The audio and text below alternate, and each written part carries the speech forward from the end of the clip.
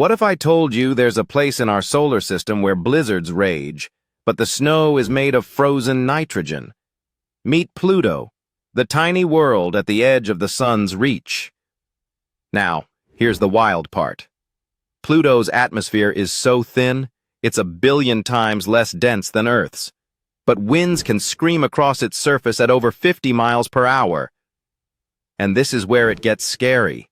Those winds whip up icy particles, creating blinding storms colder than minus 370 degrees Fahrenheit.